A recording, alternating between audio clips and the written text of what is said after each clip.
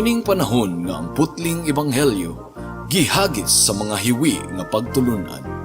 Kinahanglan mo barug ang mga tinun-an ni Kristo sa pagpakigbisog sa paglaban sa pagtuo, nga magkausa ug alang sa tanang panahong gihatag sa Dios ngadto sa iyang katawan. Maoy hinungdan nga namugna kining tulumanon ang putling ebanghelyo. 30 minutos nga pagsabwag sa tinuod nga ebanghelyo. Kauban ni Pastor Jeremias Hangad, ang putling ebanghelyo. Tulumanon nga gihatod kaninyo sa Herald of Grace Radio Ministries Philippines. Ang putling ebanghelyo.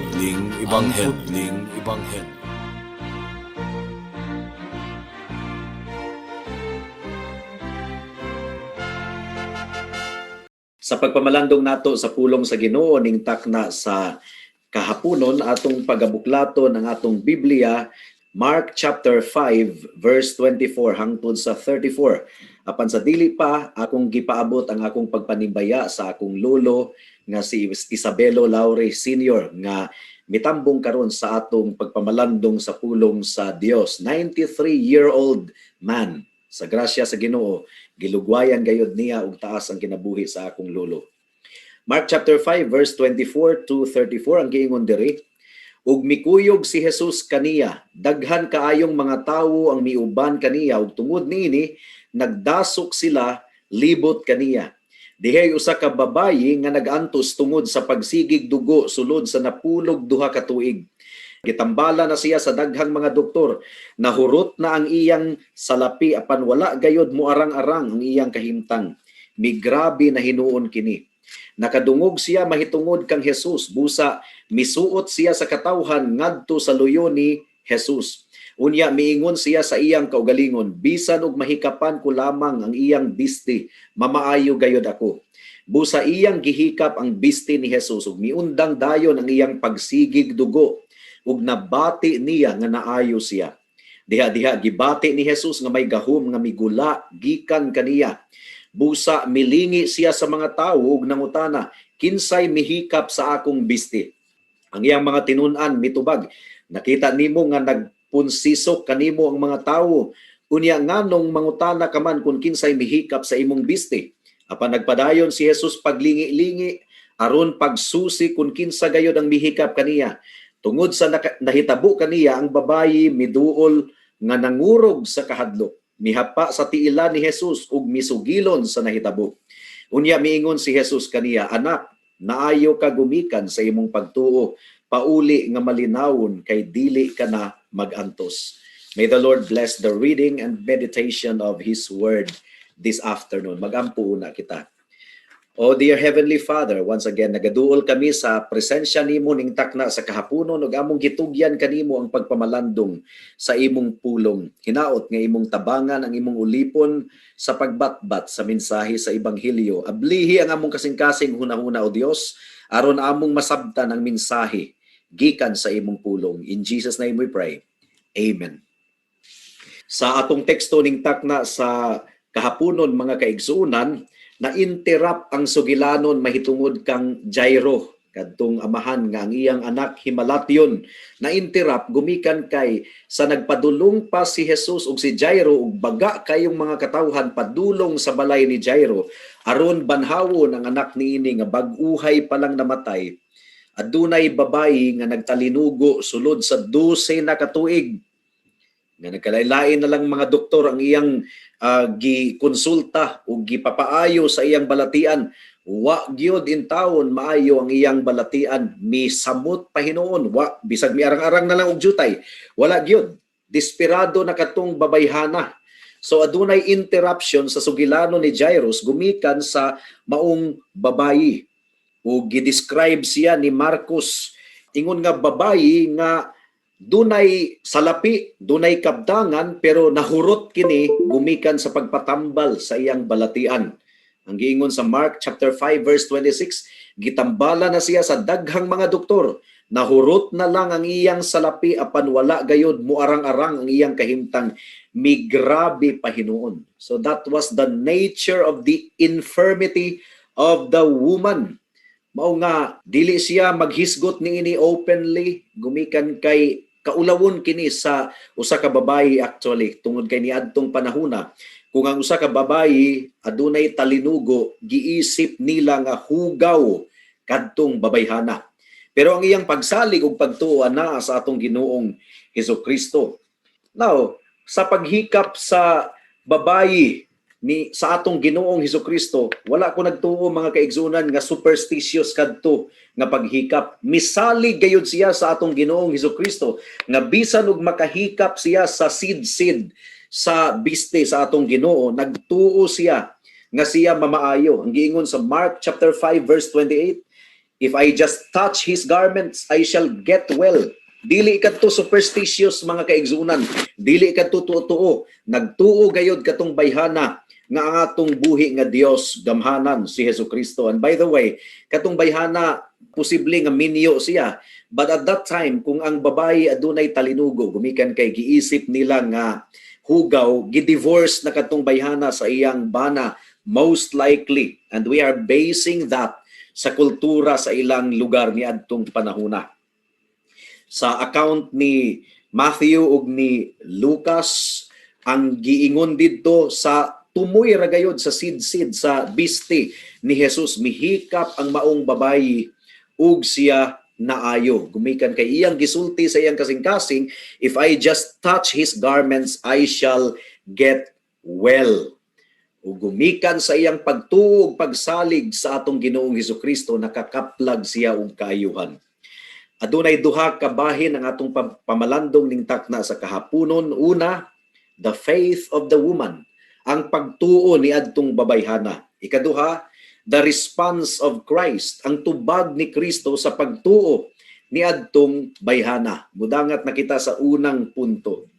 The faith of the woman. Sudungon nato mga kaigsuunan ang pagtuo ug pagsalig ni adtong babayhana. Ang giingon sa Mark chapter 5 verse 34. Unya miingon si Jesus kaniya, anak, naayo ka gumikan sa imong pagtuo. Pauli nga malinawon kay dili ka na mag-antos. Ang pulong nga pagtuo mga kaigsuunan sa original nga Griego nga pinulungan. It means belief. Unsay gituuhan sa imong kasing-kasing ug hunahuna, it means pagsalig. And it was used 240 times in the New Testament. Asa nagikan ang pagtuo mga kaigsuunan? Gipakatawo ba kita niining kalibutan nga adunay pagtuo ug pagsalig sa atong buhi nga Dios? The answer is no. Gipakatawo ta niining kalibutan nga nagdumili sa atong buhi nga Dios. Makahimo kita sa pagtuo sa mga tuo-tuo or swerte-swerte ug uban pang mga tinuuhan. Pero ang pagsalig nato sa bugto nga Dios, that is not native sa mga katawhan niining kalibutana. Gipakatawo kita diha sa sala, natawo kita nga makasasala ug walay pagtuo ug pagsalig sa atong buhi nga Dios. Mao nga ang giingon sa Biblia, ang pagtuo mga kaigsuunan, regalo kini gikan sa Dios, gasa kini gikan sa Dios. Ang giingon sa Hebrews chapter 12 verse 2, looking unto Jesus, the author and finisher of our faith. Busa dili nato pwedeng ikapasigarbo ang atong pagtuo. Di nato ikapanghinambog ang atong pagtuo because in the first place, kung nagtuo kita sa atong buhi nga Dios, nakadawat kita sa gasa sa pagtuo. Gumikan kay ang tanang mga tawo nga gipakatawo niining kalibutana, walay pagtuong tinuuray gayod sa buhi nga Dios. Superstitious mga kaigsuunan, tuo-tuuhon, idolatros, pero kung musali gayod sa bugto nga Dios, wala ka na sa matag usa.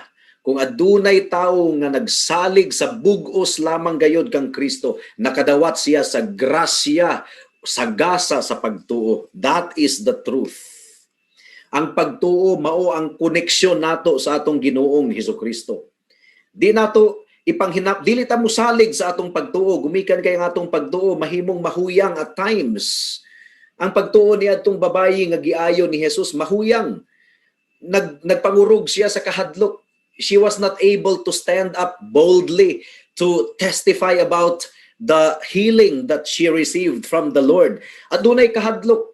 So dili nato ipanghinambog ang atong pagtuo, dili kita musalig sa atong pagtuo. Ang atong pagsalig anaa sa atong gituuhan.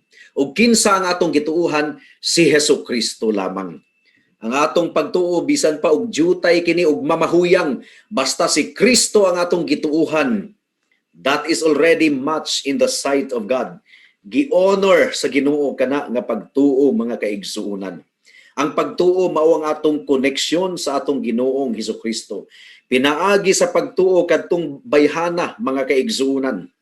Nasayod siya nga dako kaayo ang gahom sa atong buhi nga Dios nga si Hesukristo. Nasayod siya nga bisan og muhikap lang siya sa sid-sid sa biste sa atong Ginoo, maayo siya. Mao nga ang tubag ni Kristo, kinsa ang mihikap sa akong biste? Well, daghan man ang mihikap ni Jesus Christ at that time. Naghuot na gani ang mga katawhan og ilang gihuot ang lawas sa atong Ginoong Hesukristo, ilang kumbaga gibangga-bangga, gumikan kay baga kayo ang misunod kang Kristo. Pero ang paghikap ni adtong babayhana lahi sa paghikap sa mga baga nga katawhan nga miduso sa lawas ni Kristo, gumikan kay huot kayo ang dalan. Tungod kay kadtong paghikap ni adtong babayhana, adunay pagtuo, pagsalig kaniya. Ang tinuod nga pagtuo, mga kaigsuonan, aktibo. Aduna gayoy action. Mao gani nga adunay action ang gibuhat ni adtong bayhana. Ang pagtuo nga tinuod, buhi. Aduna gayoy kasiguruhan. Ang giingon ni adtong bayhana, kung makahikap lang ako sa iyang biste, mamaayo ako. Gumikan kay wala siya sa biste nagsalig. Nagsalig siya kang Kristo, mga kaigsuonan. Ang pagtuo mao kana ang tulay nga madawat nato ang kaluwasan gikan sa Ginoo. Ug aduna gayoy indikasyon nga aduna gayoy tinuod nga pagtuo kadtong bayhana. Gumikan kay ang giingon sa Mark 5:34.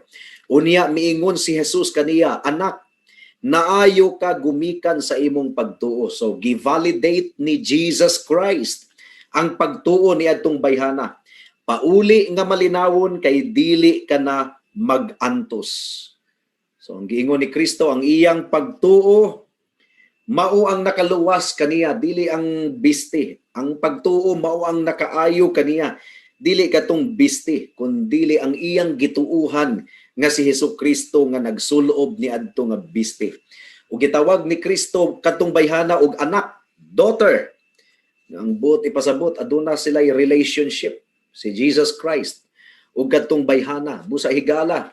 Kung wala kay pagtuog, pagsalig kang Kristo, ingon nga bugtong Dios ug manluluwas, whether you like it or not, wala kay koneksyon kang Kristo. Wala kay relationship. Gitawag ni Kristo katong bayhana ug anak because of relationship.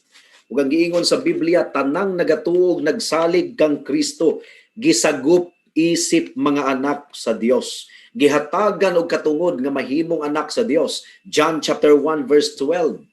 Kutob sa mituo ug misalig kaniya, gihatagan sila og katungod nga mahimong anak sa Dios. So pauli nga malinawon, gumikan kay dili ka na mag-antos. Ug adunay kalinaw gayud sa tinuod nga magtutuo. Kung nabugatan kita sa atong sala, nasayod kita nga nahailalom kita sa tunglo ug kapungot sa Dios gumikan sa atong sala, unya nadawat nato ang grasya sa kaluwasan pinaagi kang Hesukristo sa iyang dugo ug pagkamatarong. Si Kristo ang nagbayad sa silot sa sala nga dili nato mabayran. Aduna kitay kalinaw. Aduna kitay kalinaw.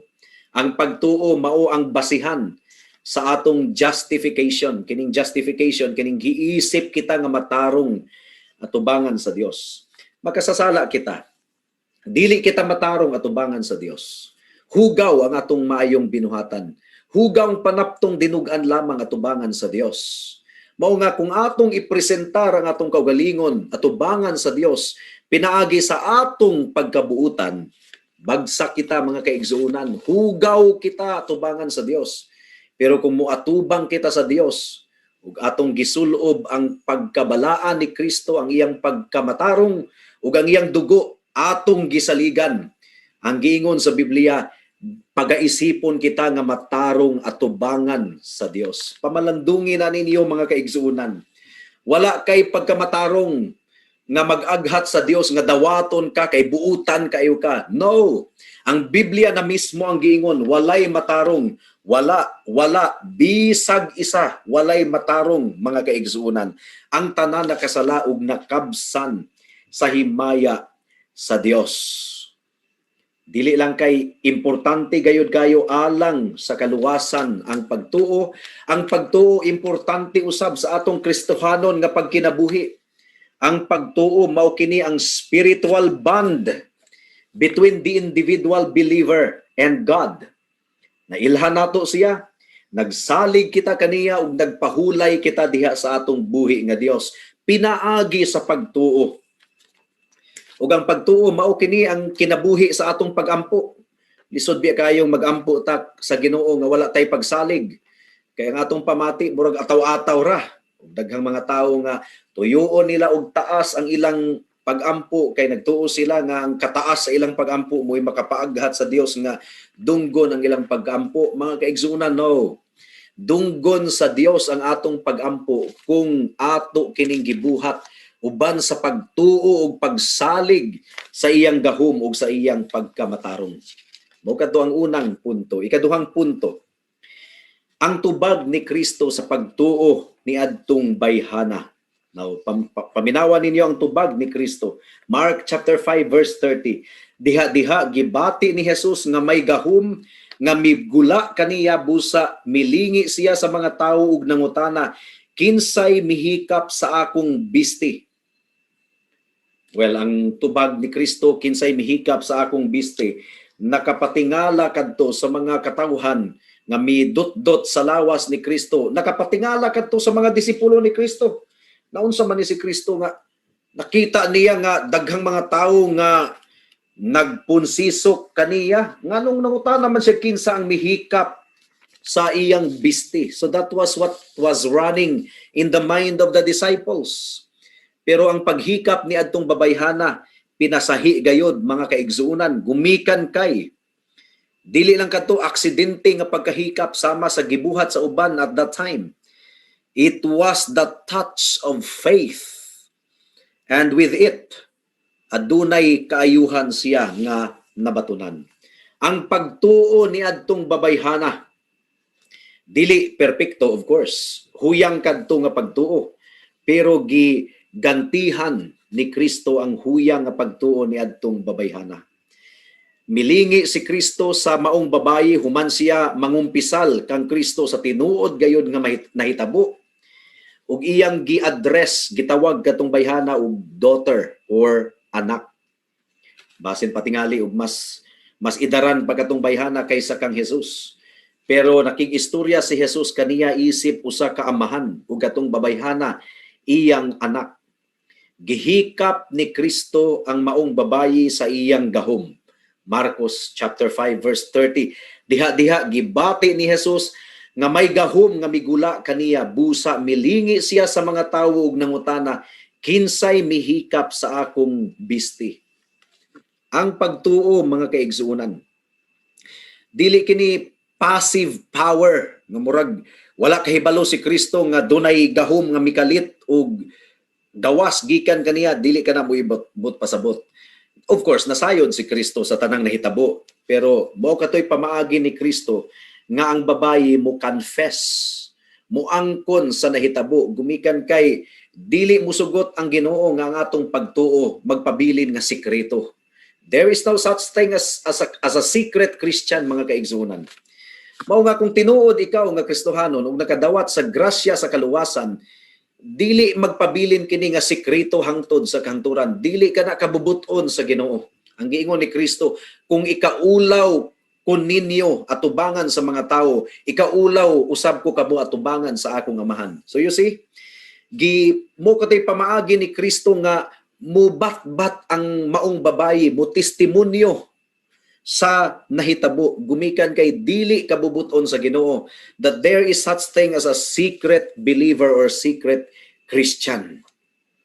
Ang gatong maong babayi adunay tinuod nga pagtuo, ug kinahanglan nga iya kining angkunon at tubangan sa mga katawhan. Kumusta ka, higala o igsuon nga nagtuo ka nga Christian pero imong gikaulaw ang ebanghelyo, imong gikaulaw ang pag-angkon nga ikaw magtotoo kang Kristo? No, for sure, dili ka tinuod nga Kristohanon. Ayaw og ikaulaw ang atong buhi nga Dios. Ang atong Ginoo, personal God.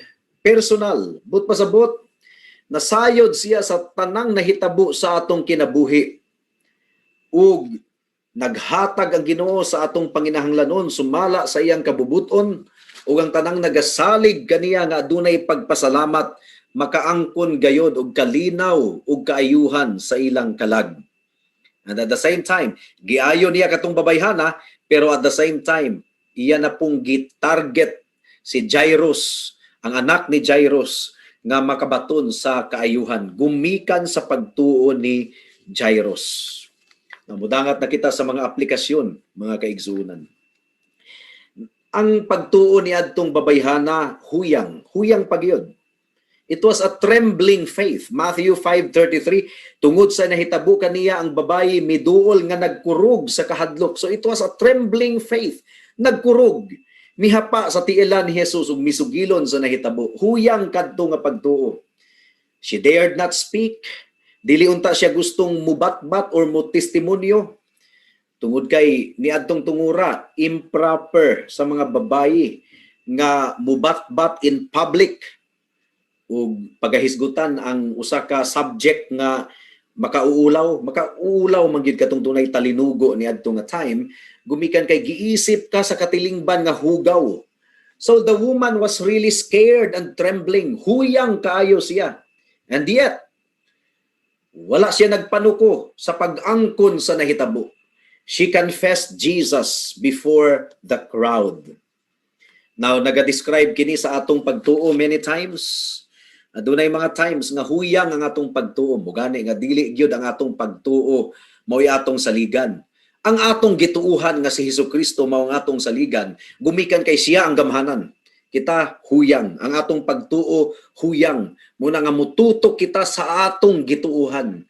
Naila ko ang gituuhan ko, nasayod ko nga siya gamhanan. Muka na ang atong usa sa awit sa atong alawiton.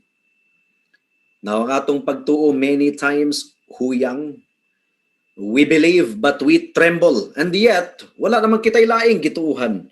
Nagpadayon kita sa pagduol sa atong Ginoong Hesukristo. Now, dili nato kalimtan nga ang atong Dios adunay kahangawa alang sa iyang mga katawhan ug dako kayo ang paghigugma ug kaluoy ni Kristo sa iyang mga katawhan. Now, ayaw ka diskurahe, ayaw ka discourage kung ang imong pagtuo huyang at times. Nasayod si Kristo sa imong kahuyangon. Nakasabot si Kristo. Pero si Kristo matinud-anon usab nga mopalig-on sa atong pagtuo. Kung kita nahuyang sa atong pagtuo, ang balaang espiritu magaministeryo kanato aron kita mahimong malig-on. That's how faithful our God is. Now, para sa mga kahigalaan nato nga wala pa kang Kristo, hinaot nga pamalandungan nato or pamalandungan nimo higala nga wala kitay mahimo alang sa atong kaluwasan. Katong talinugo susama kadto sa kalag nato nga nabugatan gumikan sa sala.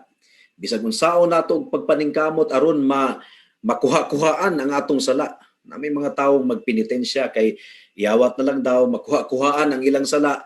Unsaon pagkuha-kuha sa sala kung ang giingon sa Biblia ang atong pagkamatarong hugawng panapton nga dinugan. Kung musalig kita sa atong pagkamatarong, musamot og kahugaw ang atong kalag. Kung katong babayhana mipadayon pagsalig sa iyang pagpaningkamot nga maayo siya, wala gani kuno miarang-arang, misamot hinuon og kagrabe ang iyang gibati. So kung musalig kita sa atong pagkabuutan aron makuha-kuhaan kunuhay ang atong sala, dili makuha-kuhaan, musamot hinuon og kahugaw ang atong kalag. Gumikan kay ang atong pagkabuutan, panaptong dinugan ra atubangan sa Dios, hugaw. Mo nga moduol kita kang Kristo, duol kang Kristo higala. Ang pagkamatarong ni Kristo ang iyang dugo, gamhanan nga mupapas sa tanan nimong sala, past, present, and future.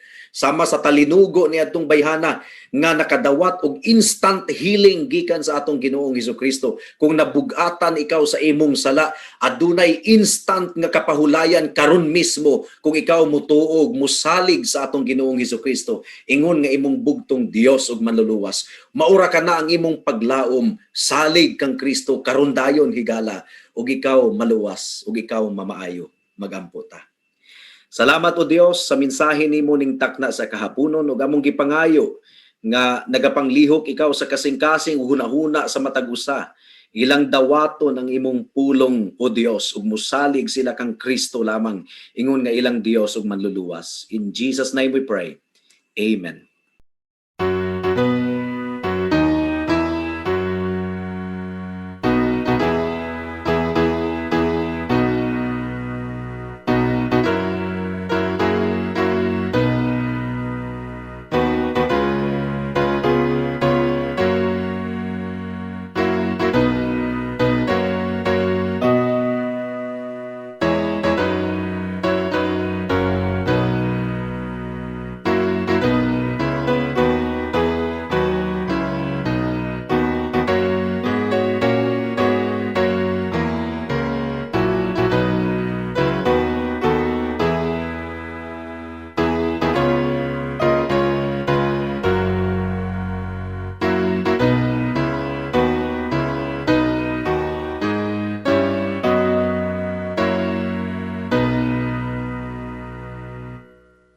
Mapintas mabalod ang pagsakit ning kalag, may kalinaw hingpit ko, diha kang Hesukristo, siyang sinipit kong ligon, ug walay pagkatarog, ang sinipit ni sakat ning mahuyang kong kalag, unang hangin muhuros, grasya niya sa lipdan ko, misakat na ang sinipit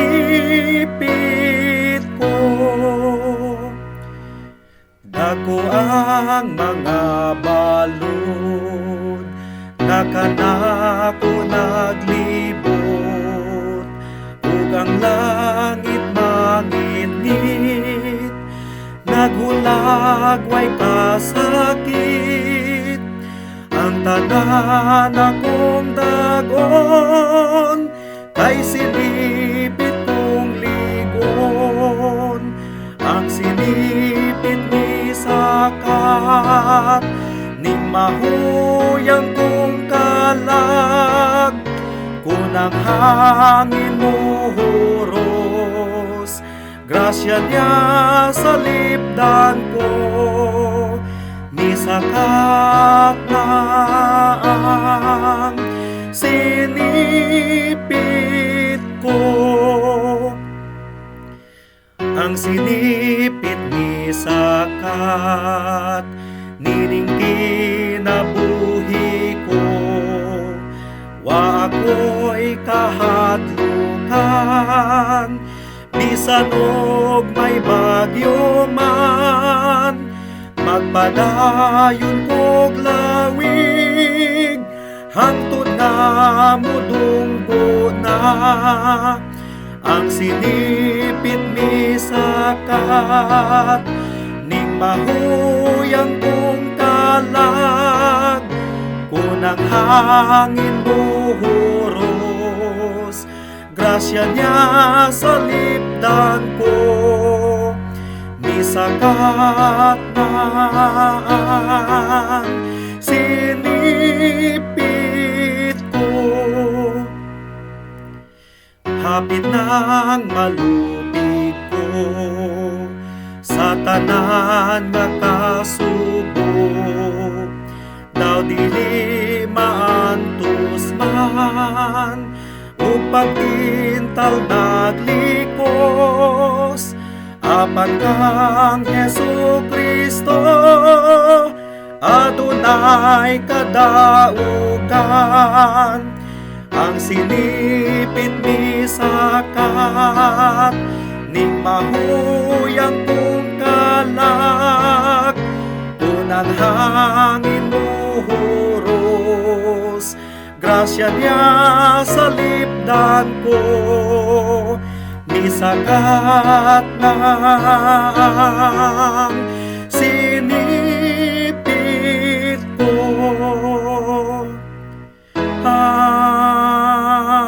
Amen. Alang sa dugang nga mga pangutana, mahimong mo text kang Pastor Jeremias hangad sa 0935 744 3030.